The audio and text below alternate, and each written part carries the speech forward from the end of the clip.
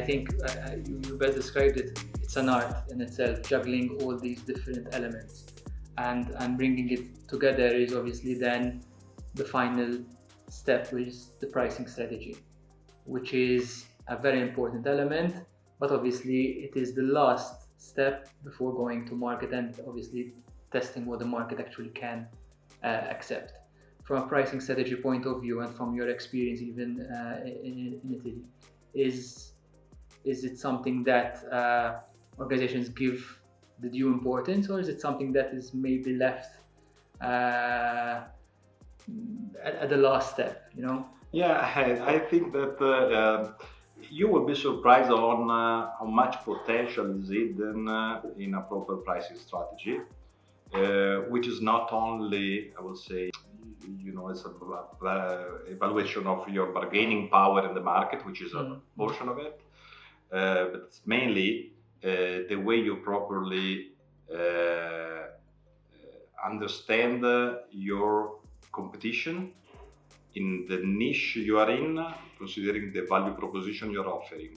So maybe you have a sweet spot in terms of quality, it may be you have a sweet spot in terms of customer service, and all these things will determine what is your competitive position. So you need to understand that first. So, and there is a lot of potential there. Most of the companies, even large companies, they typically tend to have a cost plus strategy.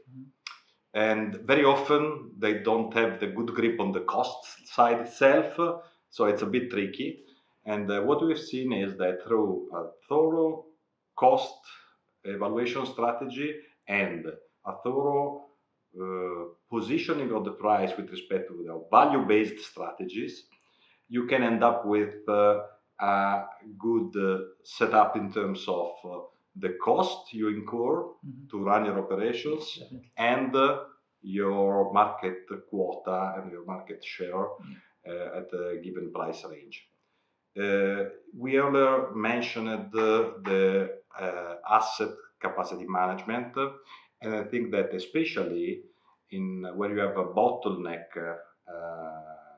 supply side, such as complex equipment or kind of peak seasons management, the wise use of capacity and inventory into your operations is what can bring you the maximum value. Yeah. And we've seen this as a competitive arena right now. I think I agree fully with you, and I think all of this highlights the importance that organizations perform their, so to say, homework before going to the market. Because obviously going to the market with a price that is not in line with what the market expects can define the end or the success of an organization. Yes, ultimately, yes. I think that price positioning in itself, of course, you can review your price point at a later stage, but it's one of the things you better get right from the start. From the start, yes, I totally agree. There is also an element you should consider there. There is out of all the company processes, is the one which is one of the most cumbersome in terms of the way you manage it. Let me give some examples. Very often you have like dozens of Excel files that are dealing with how the margin and the price management process is dealt with in a company, a complex organization. And very often it's difficult to define who has the right to decide what in terms of price positioning itself, the promo strategy, how the promo strategy will link with the supply side. So very often you have like a promo out for a given good and you don't have supply for it, just because there is a missing link in between. We have seen all these kind of things happening. We have put together a lot of countermeasures, both from process perspective and technology perspective.